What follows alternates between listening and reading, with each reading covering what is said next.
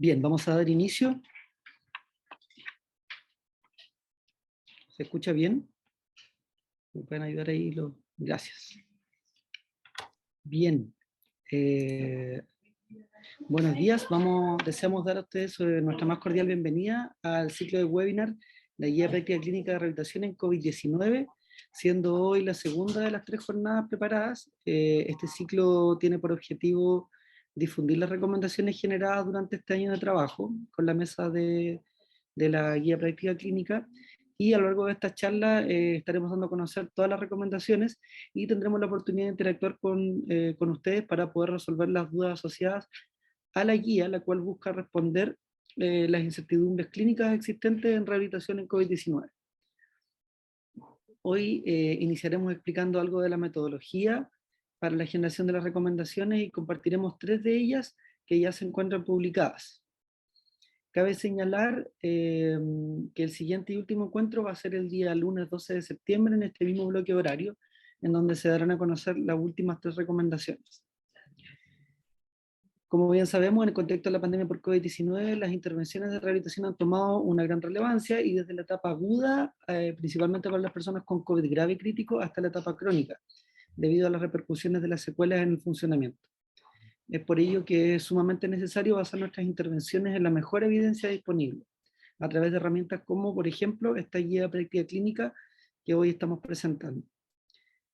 Les contamos desde ya que pueden realizar sus preguntas, todas las que vayan surgiendo, a través del chat. Estas van a ser contestadas a la instancia final de la jornada, y así también les solicitamos que puedan registrar su participación en el formulario que vamos a dejar en el mismo chat.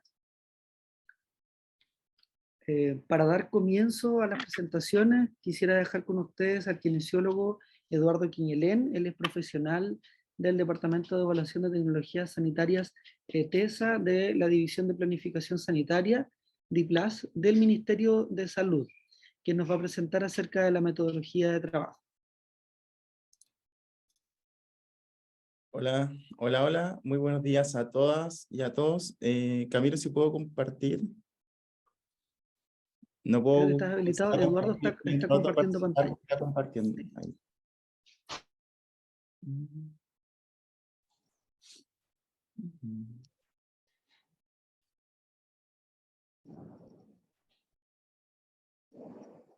Bueno, como dijo Camilo, yo soy profesional del Departamento de Tesis, Salud, Base y Evidencia del Ministerio de Salud, específicamente de la Unidad de Evidencia Clínica.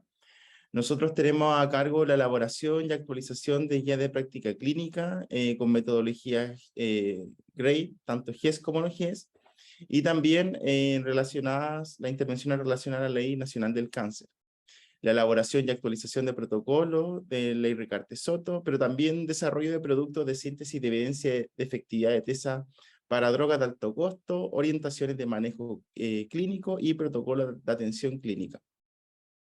Y lo que los reúne en esta ocasión es dar a conocer la elaboración de la guía de práctica clínica de COVID-19 de tratamiento farmacológico y rehabilitación, que es lo que nos convoca ahora. Respecto a los antecedentes de qué es una guía de práctica clínica, son documentos que incluyen recomendaciones destinadas a optimizar el cuidado de las personas, las cuales son elaboradas a partir de una revisión sistemática o estructurada de la evidencia y de la evaluación de los riesgos y beneficios de opciones alternativas. ¿Cómo se prioriza el desarrollo de una GPC? Hay distintas razones. Por ejemplo, hay nuevas coberturas en salud, aparición de nuevas tecnologías, hay incertidumbre o mucha variabilidad clínica respecto a una acción o curso sanitario.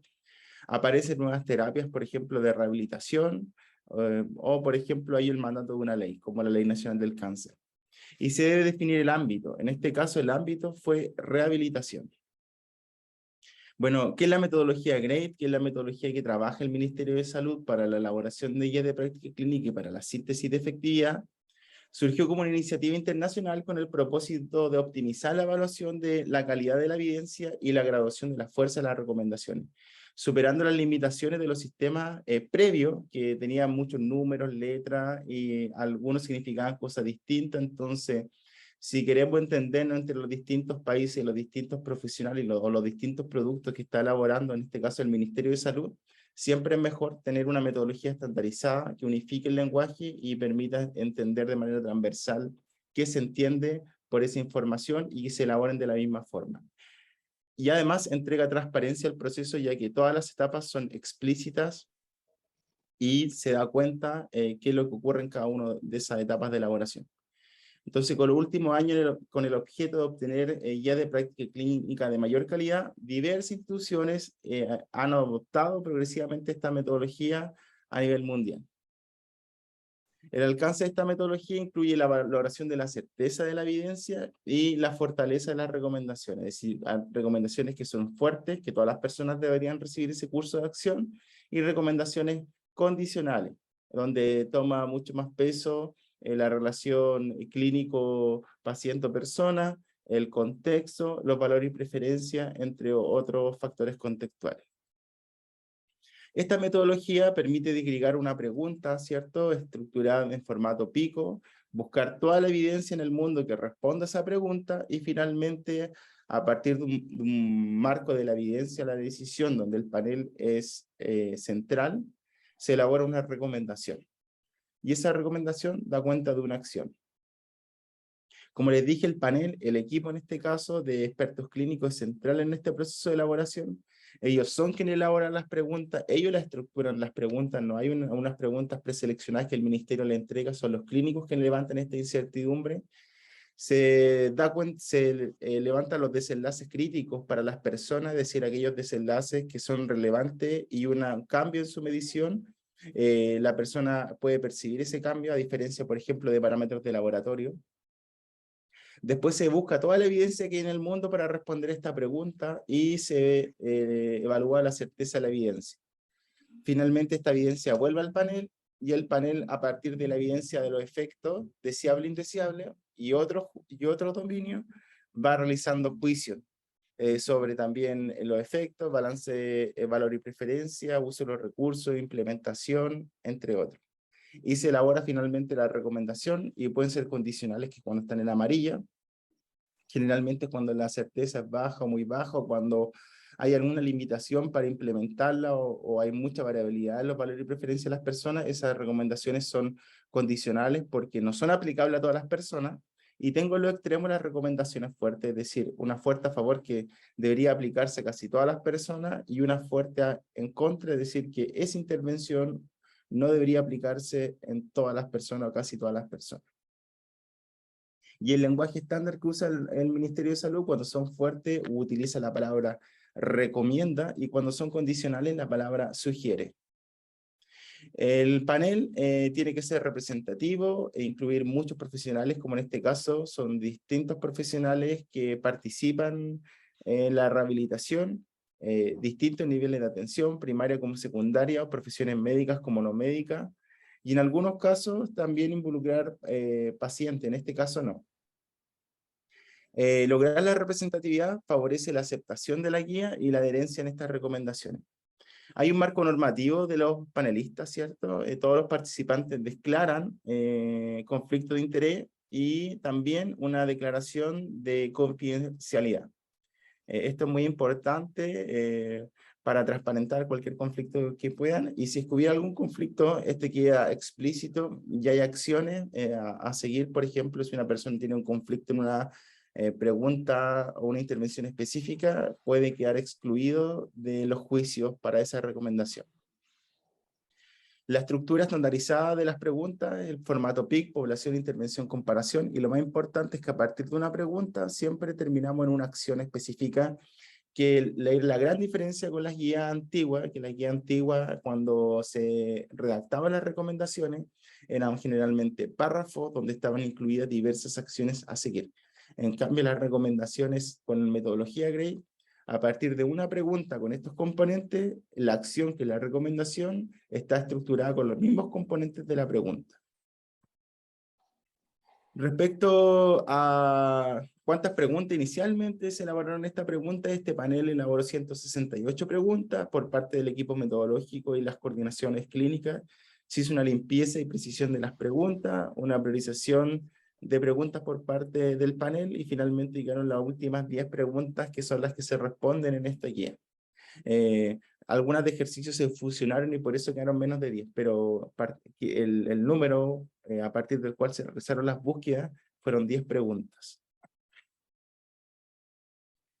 Los desenlaces críticos, por ejemplo, para guía COVID era mortalidad, ventilación mecánica y efectos adversos cuando evaluamos fármacos, pero en rehabilitación hubo que hacer precisiones a los desenlaces y se incorporó calidad de vida, funcionalidad, estadía hospitalaria en UCI, o también pueden haberse incluido algunos desenlaces específicos, por ejemplo, en preguntas de deglución. Esto es importante porque la efectividad, en el fondo, se evalúa por los estimadores de efectos para cada uno de estos desenlaces.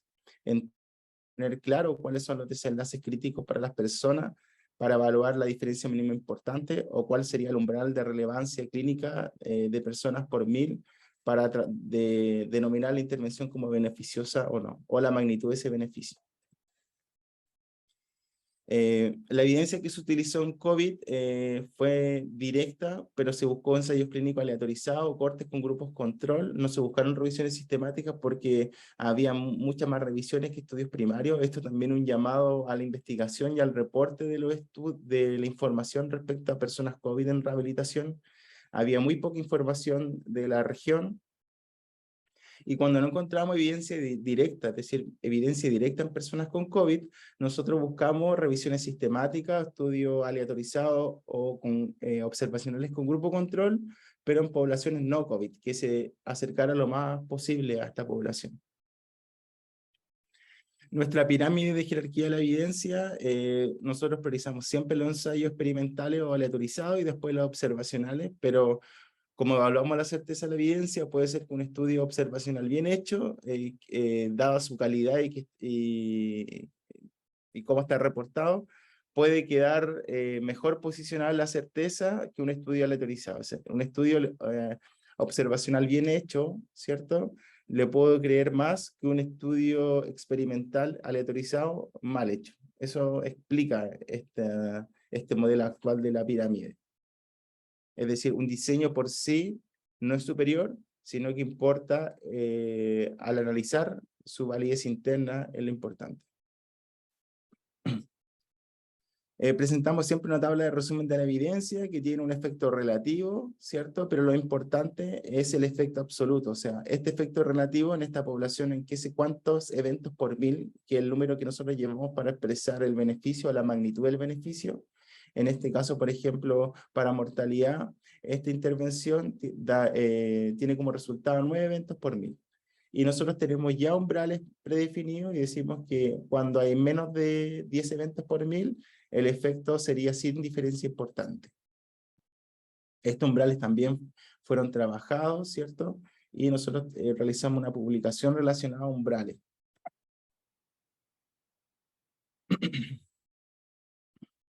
La certeza de la evidencia, cuando la certeza de la evidencia es alta, conocemos el efecto de la intervención, ya que existe una alta confianza en el estimador de efecto.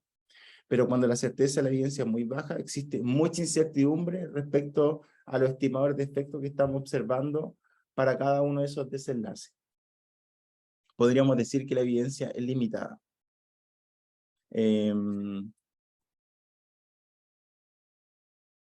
Entonces, es un proceso estandarizado, se evalúan los beneficios y daños potenciales, pero también se evalúan los valores y preferencias, costo, equidad, aceptabilidad, factibilidad, que son otros cuerpos de evidencia. Finalmente, como les dije, las recomendaciones se estructuran de manera estandarizada. Cuando son fuertes, recomienda. Cuando son condicionales, el ministerio sugiere. Y también la dirección, si es a dirección de la intervención o en contra de la intervención, y la fuerza. Aquí tenemos un ejemplo de, por ejemplo, la movilización tardía. Aquí la recomendación es condicional a favor de la intervención, pero el panel podría, si es que tiene otro cuerpo de evidencia, quedar en contra. Entonces, hacia la izquierda en contra, hacia la derecha a favor. Se redacta la recomendación en el lenguaje estándar. Entonces, aquí está la palabra sugiere. Y cuando es necesario, el panel realiza comentarios, que es como la bajada de la recomendación o una aproximación a la práctica clínica de la recomendación. Hay una búsqueda continua de evidencia, si hay un nuevo estudio se actualiza el metaanálisis, si cambia sustancialmente la evidencia, se reúne al panel y se evalúa la recomendación, Si no cambia sustancialmente la evidencia, se actualiza solo la tabla. Esto es importante porque en COVID la evidencia ha ido apareciendo, podríamos decirlo de una forma por gotera. Entonces puede ser que en una semana no tenemos información, pero 2 semanas después aparezcan 2 estudios nuevos. Entonces, dada la dinámica en cómo ha emergido la evidencia en COVID, es que tenemos este flujo. Y en cada recomendación está la fecha de búsqueda, la actualización y la fecha en que se elaboró la recomendación. Entonces, el panel pasa por un marco de la evidencia de la decisión, donde evalúa los efectos deseables, los efectos indeseables de la intervención, la certeza de la evidencia, valor y preferencia de las personas relacionadas a cómo valoran los desenlaces, el balance de los efectos, si la información que tenemos favorece la intervención o el comparador, cuáles son los recursos necesarios, puede ser costo-efectividad, en este caso no lo vimos, la equidad, si se aumenta o reduce al implementar la tecnología, qué tan aceptable es la intervención por los tomadores de decisiones, los clínicos y las personas o pacientes, y qué tan viable o implementable es esta acción. Este es el resumen de los juicios. El panel parte con una hoja en blanco y según la evidencia que se va presentando, ellos realizan distintos juicios y cuando tienen discrepancia la resuelven por votación, y cuando hay empate es la coordinación clínica quien dirime estos empates. Aquí están los juicios que ellos tienen que marcar o juzgar para cada uno de los dominios, ¿cierto? Los efectos deseables, los efectos indeseables. Y finalmente tenemos un resumen de los juicios. Una vez que partieron con esa hoja en blanco, se presenta toda esta información, se discute esta información, se van llenando y vamos teniendo ya una tabla donde tenemos marcadas distintas opciones, juicios para cada uno de los dominios. Y esto es importante porque determina la fuerza de la recomendación y la dirección. Entonces, una recomendación fuerte, una alternativa es claramente superior, no hay variaciones en los valores y preferencias, la certeza de la evidencia es moderada alta y no hay barreras para implementar esta intervención. Y se requiere al menos el 80% de los votos. En cambio, las condicionales, el beneficio, balance y riesgo no está muy claro respecto a la intervención y la comparación. Hay variaciones en los valores y preferencias, como las personas valoran los distintos desenlaces. La certeza de la evidencia es baja a muy baja y hay barreras de implementación. Entonces, una recomendación fuerte indica que existe una alternativa claramente superior, por lo que seguir la recomendación es la conducta más apropiada en todas o casi todas las circunstancias o casos, salvo excepciones puntuales.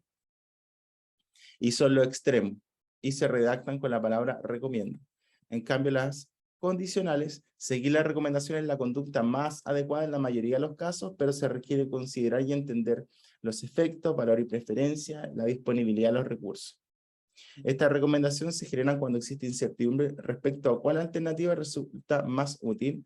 Por lo tanto, distintas opciones pueden ser adecuadas para distintas personas. Aplicar una recomendación condicional puede ser importante en este contexto, el clínico o una conversación de clínico con la persona y explicar todos estos dominios, beneficios, riesgos, y tomar una decisión en conjunto que sea coherente con las preferencias de las personas. Eso.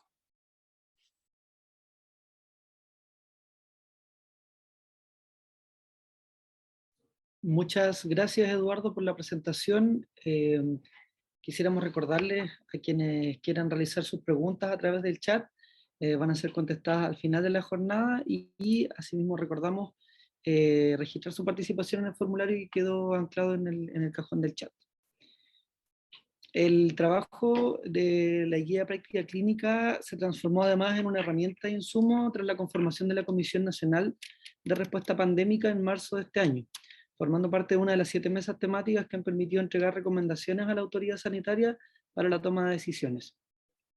A continuación, quisiéramos dejar con ustedes a los coordinadores clínicos de esta guía práctica clínica, la doctora Carolina Silva Dupré, médico fisiatra del Instituto Nacional de Rehabilitación Pedro Aguirre Cerda, el INRPAC, y al kinesiólogo Raúl Abello Fica, profesional del Centro de Salud Familiar Dr. José Eduardo Aue Salame, y del Servicio de Atención de Alta Resolución, enfermera Sofía Pincheira.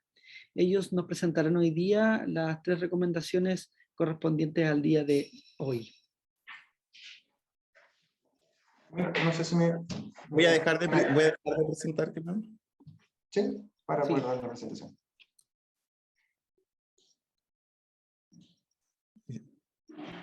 Gracias. Vamos a ver acá.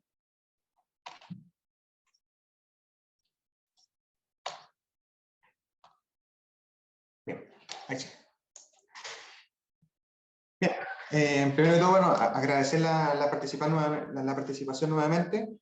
Mi nombre es Raúl Abello, kinesiólogo, trabajo actualmente en lo que es un centro de salud familiar, CESPAM, y como habíamos conversado la semana pasada, dentro de este ciclo de webinar, las presentaciones con respecto a estas recomendaciones van a ser obviamente dadas de dos formas, ya desde a nivel intrahospitalario como también a nivel ambulatorio, ya porque son temáticas que podemos manejar de forma transversal.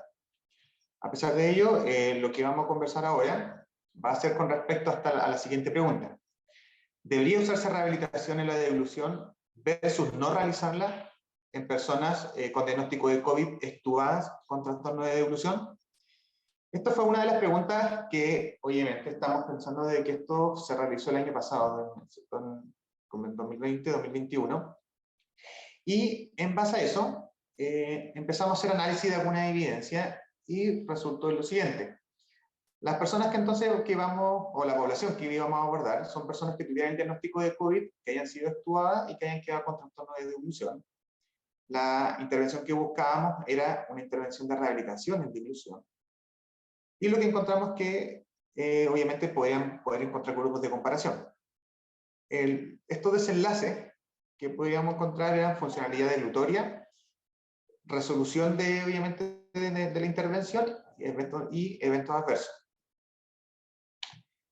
¿Qué encontramos? Dentro de la documentación que obviamente estaba, netamente nos centramos en algunos estudios de una metodología observacional, en los cuales acá podemos destacar algunas cosas, ¿ya?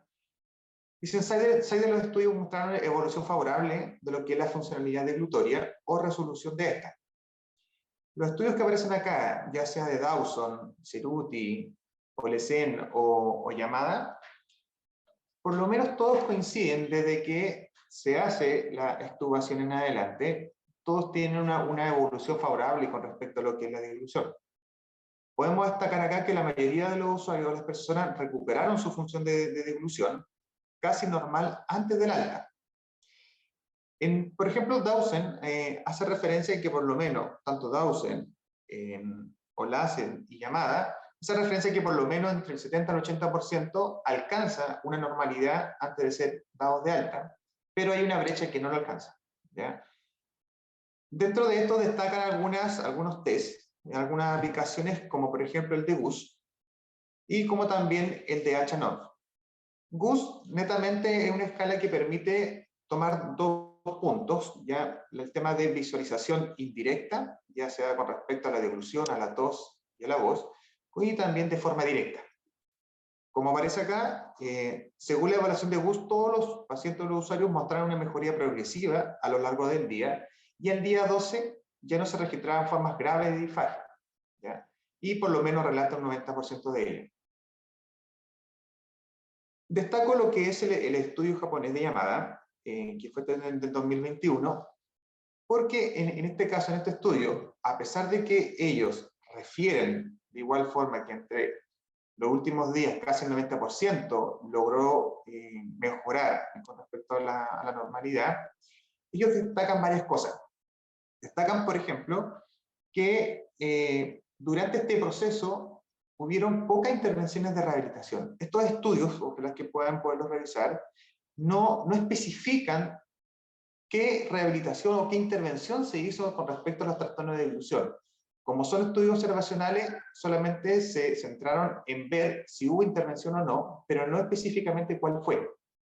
Y lo que intentaron de evidenciar es la evolución que tenían estos trastornos. Ellos comentan de que hubieron bastantes limitantes, obviamente por temas de recursos humanos y por recursos de materiales. Relatan en los estudios incluso de que varias personas tenían este miedo de poderse contagiar debido a que la intervención a este nivel concentra obviamente mayores partículas de aerolización y no tenían todos los implementos para protegerse. Entonces, ya estamos dándonos cuenta de que por eso las poblaciones son bajas y las intervenciones son bastante diferentes entre ellas. El juicio que se dio obviamente como panel fue pequeño, dado todos estos desenlaces que les estaba conversando. Con respecto a los efectos indeseables, no se evidencian en la documentación con respecto a los eventos adversos.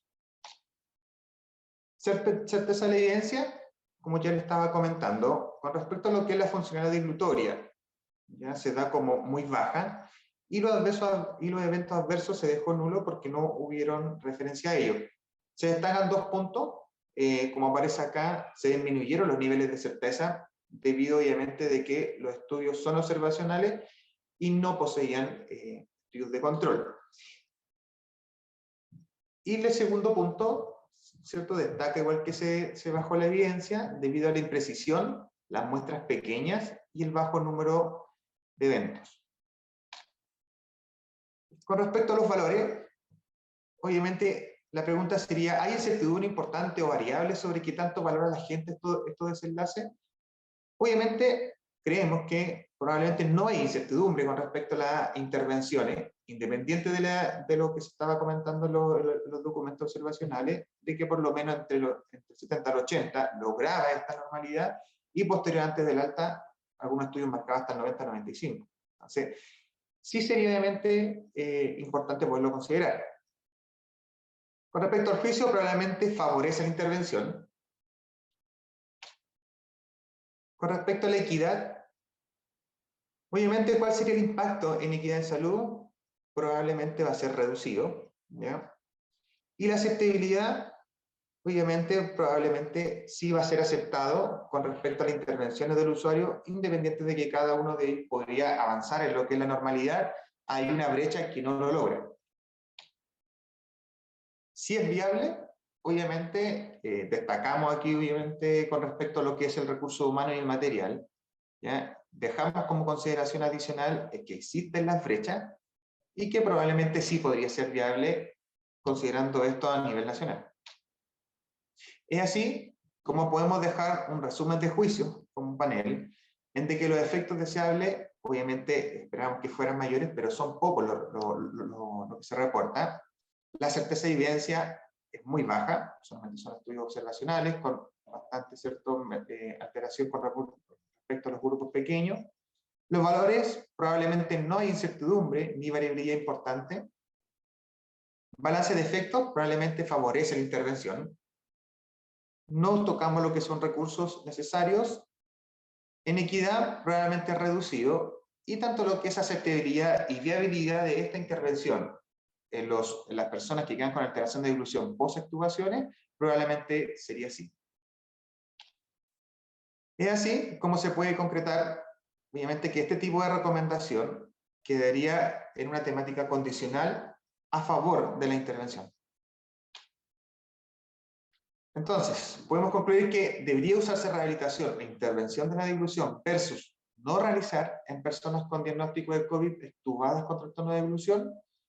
Se llegó a la determinación de que en personas con diagnóstico de COVID extubada se sugiere realizar esta intervención de dilución por sobre no realizar, justamente destacando estas brechas que quedaban antes del alta. Hay que considerar de que estas brechas se tuvieron presentes, sobre todo en el ámbito ambulatorio, de personas que no lograron, obviamente, su totalidad de normalidad y llegaron a los centros de atención primaria, y es por ello que se sugiere realizar la intervención o sobre no realizarla. La segunda temática, la segunda pregunta que vamos a evidenciar es con respecto si se debería usar ejercicios físicos versus no realizar en personas secueladas funcionales, tanto motora como respiratoria, posterior a la infección de COVID-19. Nuevamente detallamos con respecto a esta pregunta en que las personas o la población que estábamos buscando fueran personas secueladas funcionalmente, ya sea motor o respiratorio, producto de la infección de COVID-19. La intervención que se estipulaba era que tuvieran ejercicio físico. Y los desenlaces que se pueden atribuir fueron lo que es el BEF1, a nivel, obviamente, de volumen respiratorio forzado en el primer segundo.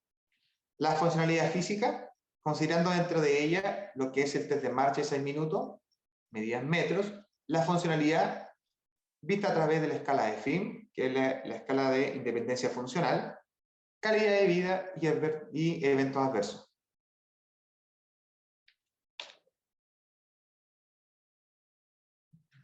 Los juicios que se dieron con respecto a la evidencia, que un poquito más adelante vamos a ir viendo algunas evidencias que se tocaron, a diferencia de lo anterior, podemos destacar que acá que sí hay, con respecto a estudios controlados aleatorizados, hay un estudio ECA, donde dentro de todo estudio, por lo menos los números de participantes que tocaron lo que es el BEF1 fueron 179, los que fueron de funcionalidad física, 220, funcionalidad con respecto a la actividad de la vida diaria, 72, y con respecto a lo que es calidad de vida, 214. Podemos apreciar entonces que si nos vamos al desenlace de BEF1, ¿ya? Se ocuparon por lo menos 2 estudios con respecto a esto, y la certeza de evidencia es baja.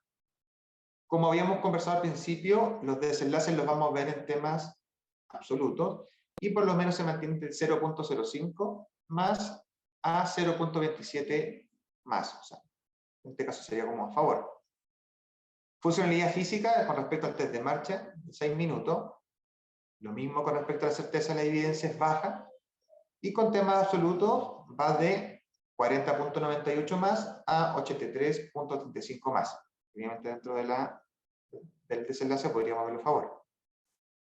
Con respecto a la funcionalidad, la actividad de la vida diaria, bajamos. Con respecto solamente había un ECA que hablaba sobre esto, es muy baja la certeza de evidencia.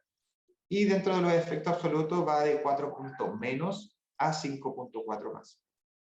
Con respecto a lo que es calidad de vida, hubieron tres estudios que tocaron esta temática, y con respecto a los efectos absolutos va de 0.86 más a 1.46. Es por eso entonces que los efectos deseables podemos verlos como juicio, que netamente es moderado. Gráficamente podemos determinar acá, en algunos estudios, como aparece como el de Liu, ¿ya? En que destaca tanto Liu como Tereco, destacan con respecto a lo que es el BEF1, en que sería a favor, con respecto al tema, la temática de control. El test de marcha, de 6 minutos, tanto Liu como Rodríguez Blanco y Tereco, ellos sí, obviamente, daron a favor del ejercicio. ¿Ya? A la actividad de la vida diaria, el estudio de Liu, en que obviamente esta brecha queda en medio, cubre, obviamente por eso quedó muy baja. Y con respecto a la calidad de vida, tanto Ayman como Liu y Tereco, evidencia, ¿cierto?, que por lo menos se dan a favor.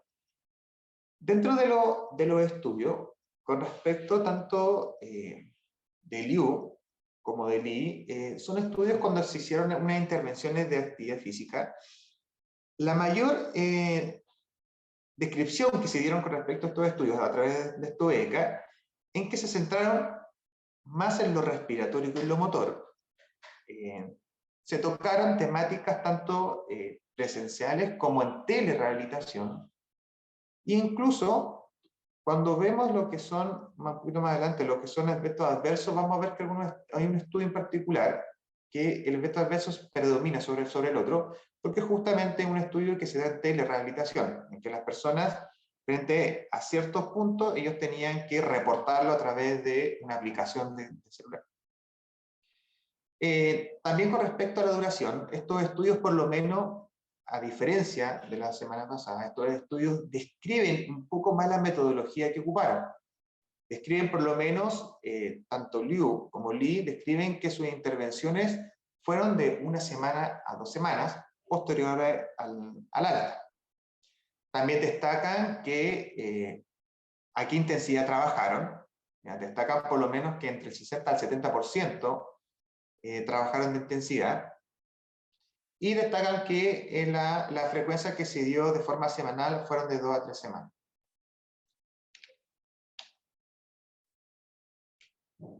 Con respecto al juicio, entonces vamos a ver algunos efectos indeseables.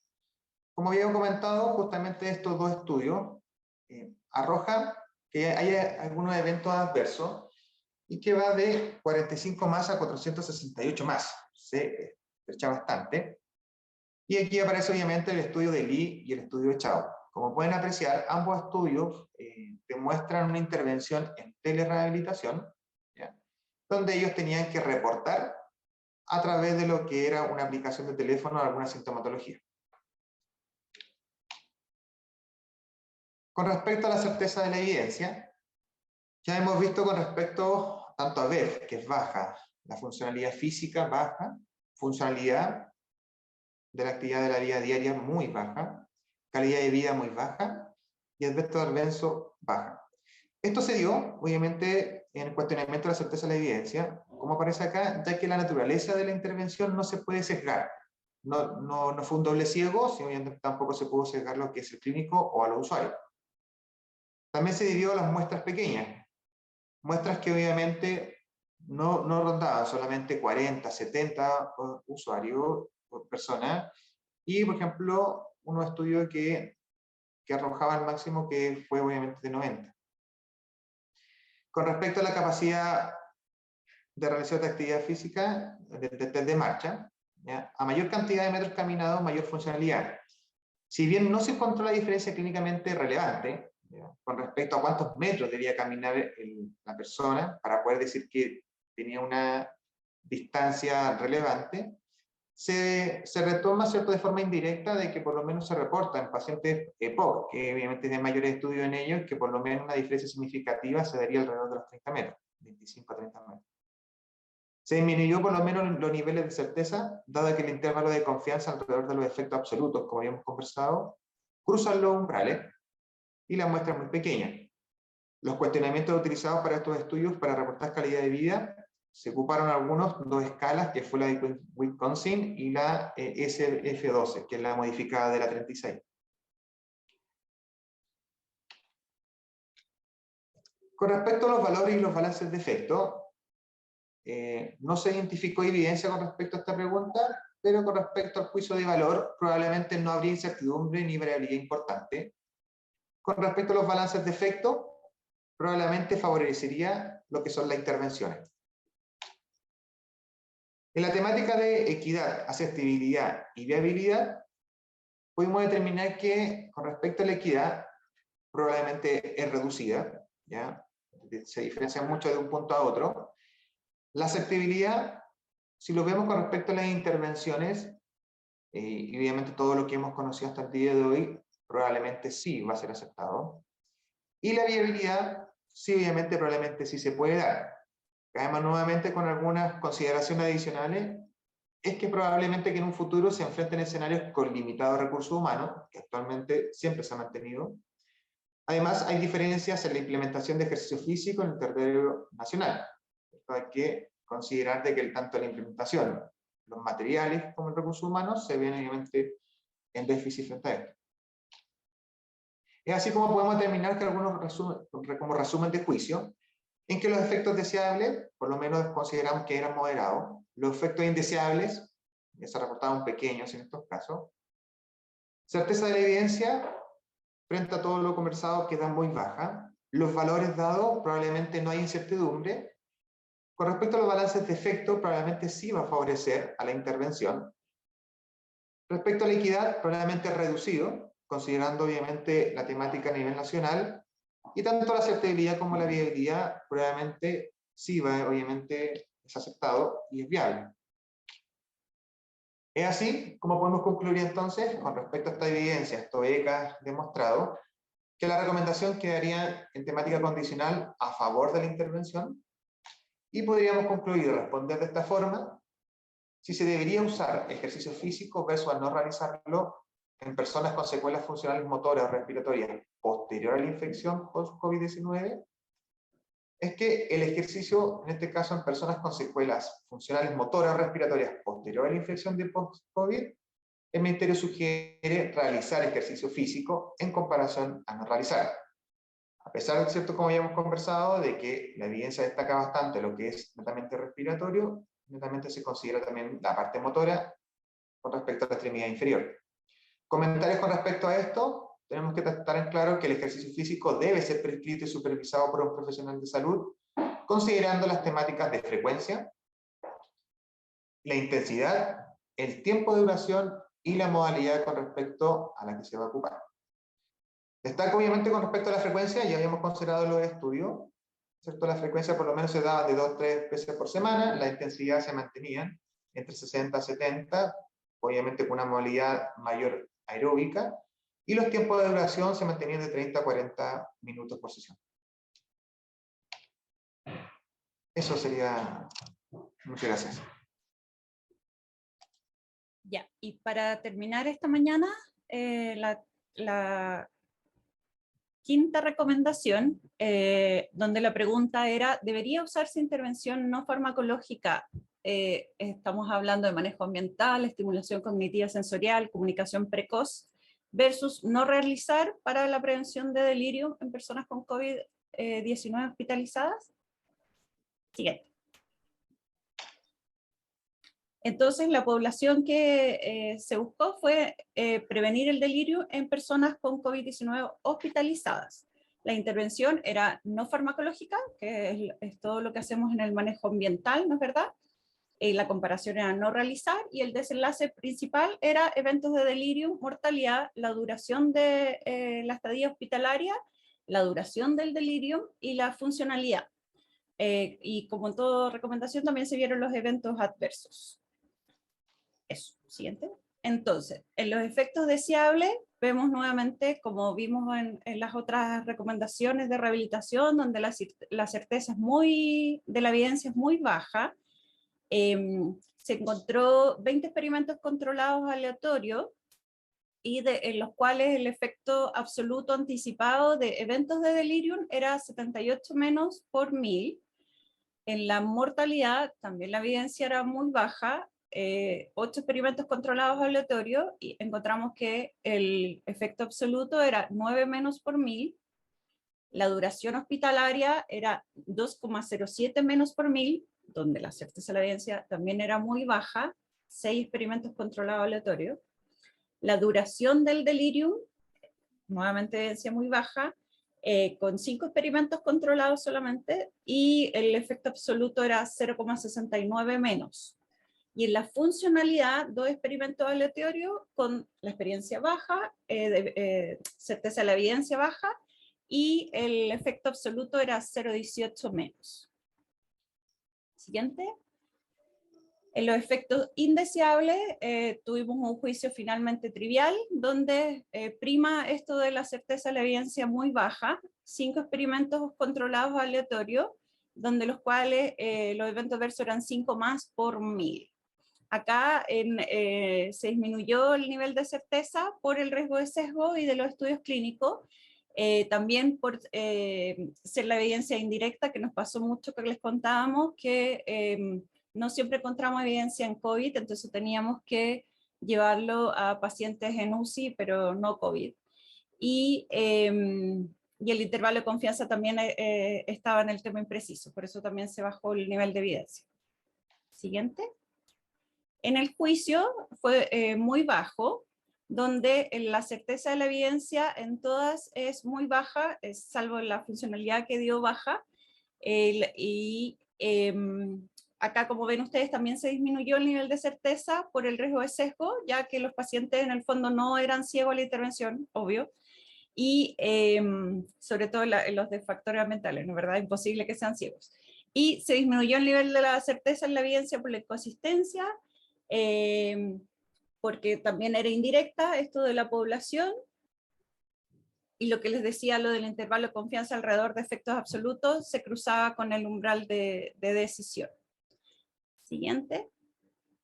En los valores, el panel estimó que probablemente no hay incertidumbre ni variabilidad importante, ¿no es verdad? No, hay para todos sin duda una intervención importante. Siguiente. En el balance de los efectos, el panel también estimó que obviamente probablemente favorece la intervención. Siguiente.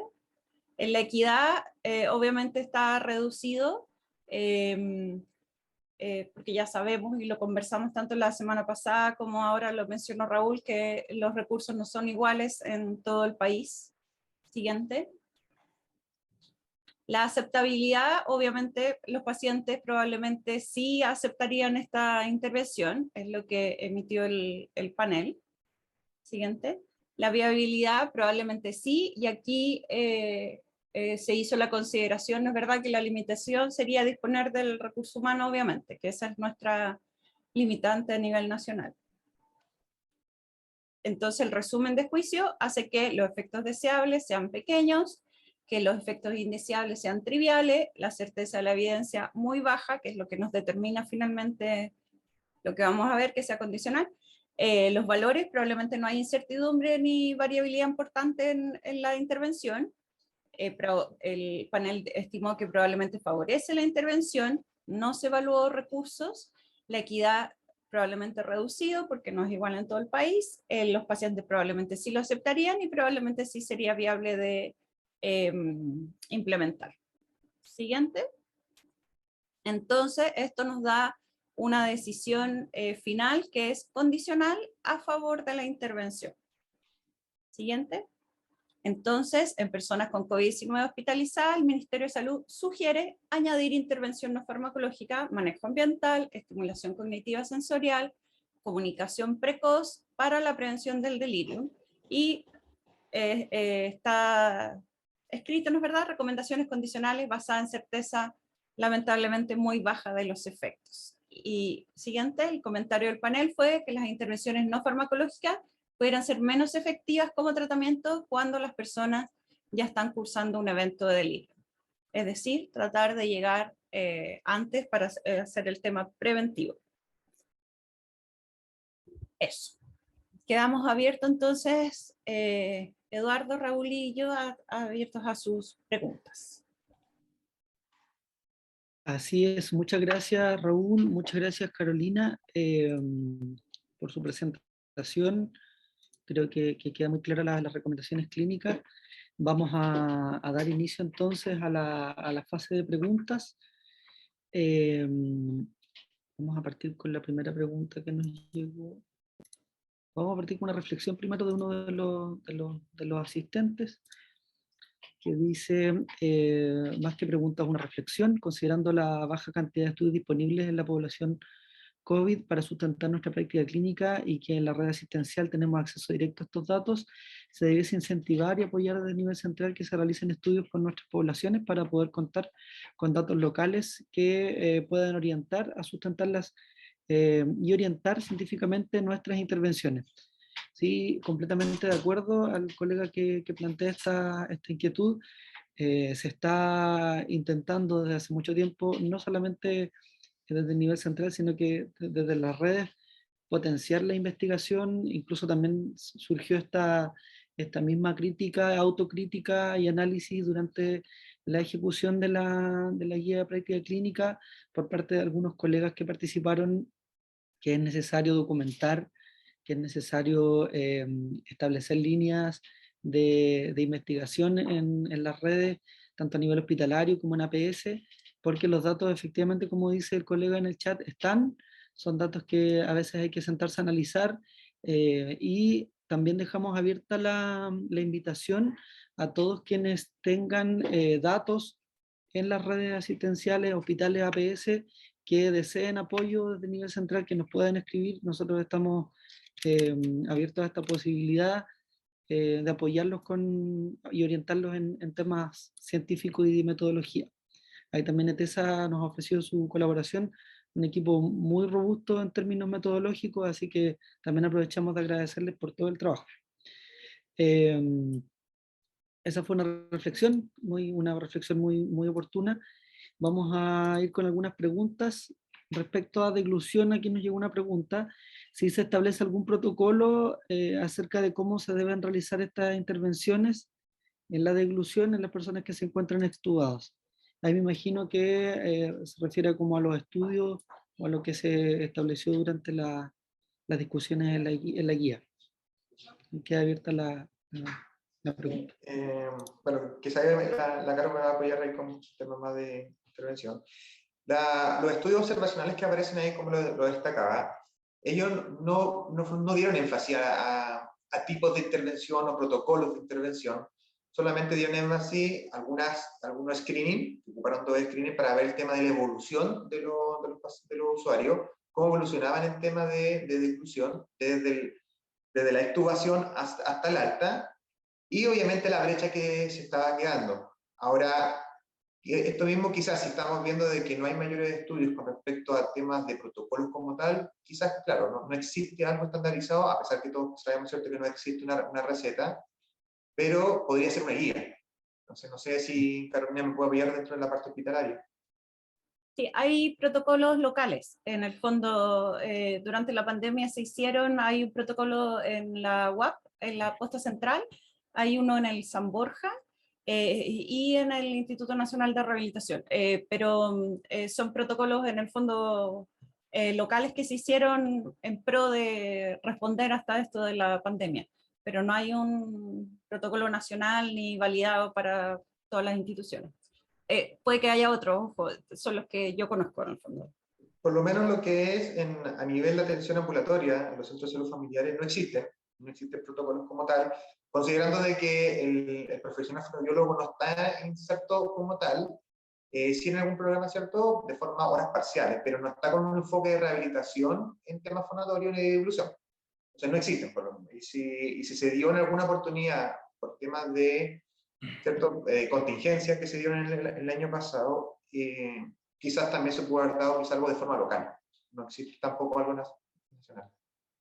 Sí, solo para complementar el punto, es necesario ser explícito que cuando se elaboró esta pregunta iba asociada a un tipo específico de terapia de rehabilitación de la deglución. Entonces, la evidencia que se identificó, o sea, no se identificó evidencia para ese tipo específico de terapia y se amplió la pregunta a cualquier tipo de rehabilitación de la deglución. Entonces, en ese escenario, es importante como si es que se va a implementar acciones que sean lo más amplias posible y a lo mejor no casarse con algún subtipo de técnica tan específica, porque en la realidad no hay sustento para una intervención puntual, un nombre específico, la técnica subtécnica. Entonces, la evidencia fue general y ese beneficio lo mostró un conjunto general de intervenciones relacionadas a la deglución. Sí, muchas gracias a los tres panelistas. Efectivamente también nos preguntan por interno si es que acaso para esta sugerencia de deglución participó algún fonoaudiólogo en la revisión y análisis de la evidencia para la elaboración de sugerencias. Dice que su pregunta está en base a que actualmente no se están realizando las valoraciones con screening como GUS, sino que se mide funcionalidad y severidad como FOIS y DOS.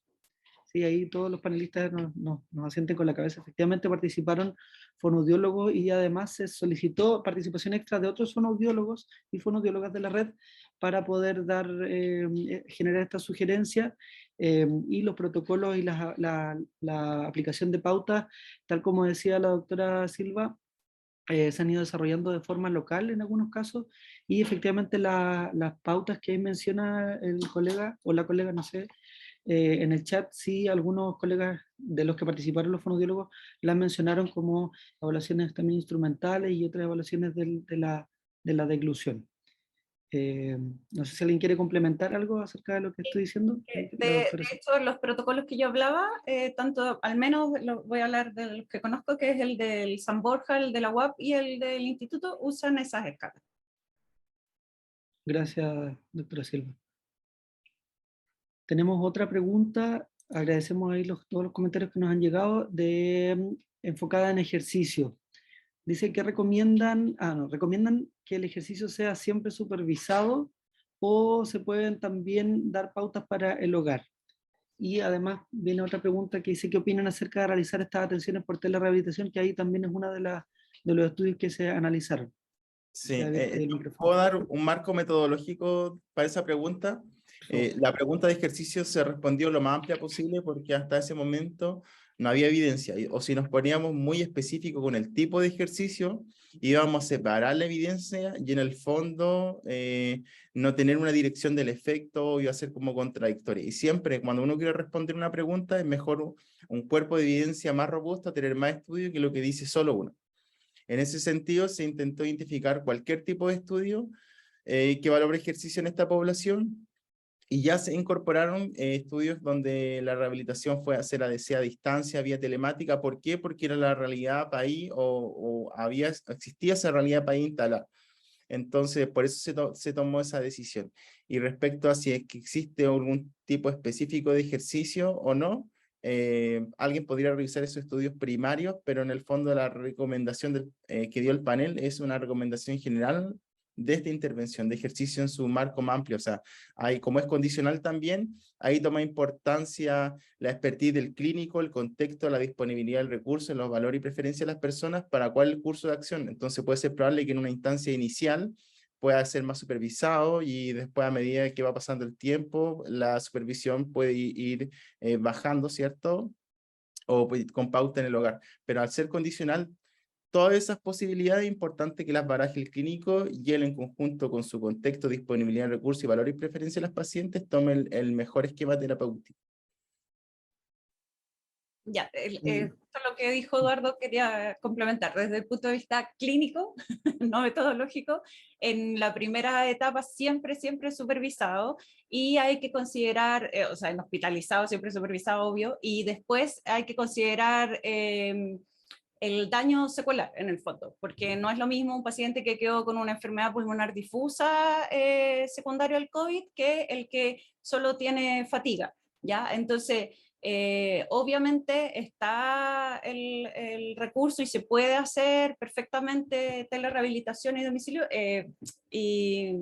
solamente guía para el domicilio, pero es importante considerar las patologías concomitantes y el nivel de COVID, qué consecuencia, acuérdense la miocardiopatía también por COVID, entonces depende de eso, si requiere supervisión, manejo por kinesiólogo, o puede ser a través de ejercicio, pautas de ejercicios generales para el domicilio. No sé si Raúl quiere complementar. Sí, justamente, bueno, tomando lo que estaban comentando, habitualmente como clínico, ¿cierto? Como clínico uno siempre busca el tema del ejercicio físico o rehabilitación o actividad física. Ojalá que me entreguen los principios del entrenamiento, me lo entregan así, o sea, a qué carga lo trabajo, a qué periodicidad, qué frecuencia. Pero justamente Eduardo dice una palabra clave, dice, cuando uno comienza a ser muy específico, todo nuestro estudio nos achicamos tanto y es tan baja lo que hay, es que nos podría jugar en contra con respecto a la evidencia. Entonces, por eso se buscó de forma generalizada y se coloca como supervisión. Estoy de acuerdo con respecto a eso, ¿cierto? Si nos evocamos lo que es COVID, tiene que ser supervisada en principio, y dependiendo del comportamiento que se va dando a medida que va avanzando, uno va bajando esto, incluso puede mantenerse igual. Entonces, hay que recordar siempre de que son sugerencias muchas veces cuando dan número de sesiones, por ejemplo. Suele pasar mucho en que en temas ambulatorios llegaban personas con secuela post-COVID, long COVID, y decían, no, es que tengo que hacerles 10 sesiones, le tengo que hacer 20 sesiones. Y no es eso, o sea, hay evidencia, hay documentos que intentan de orientarte en que a las 20 sesiones, por ejemplo, el último estudio arrojaban que a las 20 sesiones el ejercicio físico como tal, o los efectos, o las mejoras, los beneficios, llegaban a una plató. Pero no quiere decir de que ese es el término, tampoco quiere decir que es el mínimo. Entonces, ahí hay que tener ojo de no clavarse, ¿cierto? No quedarse con eso, hay que tener consideraciones, siempre son guías, no más que nos permiten dar, pero todos son diferentes. ¿Ya? Simplemente eso. Muchas gracias, chiquillos, chiquillas. Vamos con la última. Lo de atenciones por telerehabilitación, no sé si alguien lo mencionó. Bueno, ahí por lo que nos comentó Eduardo, yo creo, o sea, perdón, Raúl, en los mismos documentos utilizados para generar la recomendación se describía en base tal como mencionaba la doctora Silva, en base al contexto pandémico, o Eduardo creo que lo había mencionado, el contexto pandémico en el cual estábamos, y se basaron estos documentos. Respecto al delirium, dice, se ve en los estudios, se sabe si la combinación entre terapia farmacológica y no farmacológica son complementarias, o se recomienda una por sobre la otra. Entiendo que para la prevención del delirio. Ya, es que acá, como decía Eduardo la vez pasada, una recomendación por cada pregunta, ¿no es verdad? Entonces, no podíamos estudiar como el delirium, no estudiamos factores ambientales versus factores farmacológicos, sino que lo que estudiamos fue factores ambientales versus no aplicarlos, ¿ya? No hicimos, no sé si ahí Eduardo quiere hacer un complemento, pero no hicimos la comparación con el tema farmacológico. Ahora, en general, por lo menos nosotros en la primera ola, sobre todo en el San Borja, ocupábamos ambos, en el fondo nunca era separado. Teníamos en el equipo un psiquiatra que nos apoyaba en eso, y precozmente empezamos a hacer el manejo ambiental y farmacológico. No desconozco si hay trabajos en el fondo que comparen eso de farmacológico versus ambiental. Desde la experiencia lo hicimos juntos. Sí, solo para complementar el punto, siempre las preguntas dan origen a una acción que es la recomendación, y en ese escenario la pregunta fue evaluar, o sea, implementar o sumar estas acciones no farmacológicas versus no realizar. Entonces se asume, si yo la adiciono, hay un basal que puede ser este tratamiento farmacológico, y en el fondo uno lo puede ver de manera complementaria, pero no compitiendo lo farmacológico versus lo no farmacológico. Perfecto, muchas gracias Eduardo y Carolina. Y vamos con la última pregunta. ¿Se recomienda para el tratamiento del delirium las mismas intervenciones no farmacológicas? O quizás no fue abordado en el... Para el tratamiento, claro, no lo vimos, y voy a dar la experiencia clínica, no el tema en el fondo de la evidencia, porque tal como decía, la recomendación no fue esa, pero sí, las mismas. En el fondo, lo único que en el fondo uno adapta el tema de la estimulación, porque hay escalas de delirium, entonces depende de la etapa y de la escala del delirium, es si por ejemplo uno hace estimulación cognitiva o no. El manejo ambiental, eso sí se hace en todos, ¿ya? El tema de los calendarios, el tema de la luz día-noche, el tema de los ruidos, eso se hace en todos. Pero el tema de la estimulación cognitiva, que está dentro de esta recomendación, depende del nivel de delirio, ¿ya? Y según la escala. Sí. Y un punto importante también, que en el transcurso de la elaboración de esta guía se evaluó también las intervenciones para delirio, pero mostraron que no eran efectivas. Entonces, las intervenciones para el manejo del delirium sirven para la prevención, pero una vez que ya está instalado el delirium, no parece haber un beneficio de la terapia. Tienen menos efectos, pero no que no tengan efectos. En términos absolutos, o sea que el juicio que nosotros hicimos parece haber un nuevo cuerpo de evidencia podría cambiar esa dirección, ¿cierto? Pero en el fondo el fuerte de la intervención, el beneficio clínico, la magnitud que lleva a la dirección de recomendarla, está en la prevención. Sí, no, por eso el comentario del panel al final sí se acuerda, que en el fondo una vez que estaba instalado el delirium, ese fue el comentario del panel, que en el fondo la intervención parecía ser menos efectiva. Era eso. Efectivamente, o sea, lo que plantea aquí es algo que se discutió también entre el panel, tratando de ser lo más riguroso posible respecto a lo que la evidencia nos entrega actualmente. Entendemos que estas guías de práctica clínica no son elementos estáticos, sino que más bien son construcciones dinámicas que se van generando a raíz de la aparición de nuevas evidencias, y lo que la evidencia muestra ahora es lo que menciona Eduardo, ¿verdad? Y lo que también complementa a Carolina. La idea es prevenir el delirium, que es lo que por ahora tiene un poco más de evidencia, que una vez que ya esté instalado, que también pueden ser consideradas buenas prácticas clínicas, lo que se realiza a modo de complemento de la intervención. Creo que no tenemos más preguntas. Voy a revisar en el chat. No. Ahí estaríamos con la sesión de preguntas. Yo quiero dar las Sí, gracias Carolina, de ¿quiere nuevo. decir algo? Sí, quiero dar las gracias nuevas a Diprese por todo el apoyo, a la Marianelita que no está, y a Camilo, y a Tessa, obvio a Eduardo y Pamela, de nuevo digo, por el apoyo y la paciencia con nosotros los clínicos. Eso. Gracias, Carolina. Entonces vamos Eso a dar me- por... sí, disculpa. no, solamente sumarme el agradecimiento y bueno, y dejar en claro, como bien lo estaban comentando, que esto está bastante dinámico.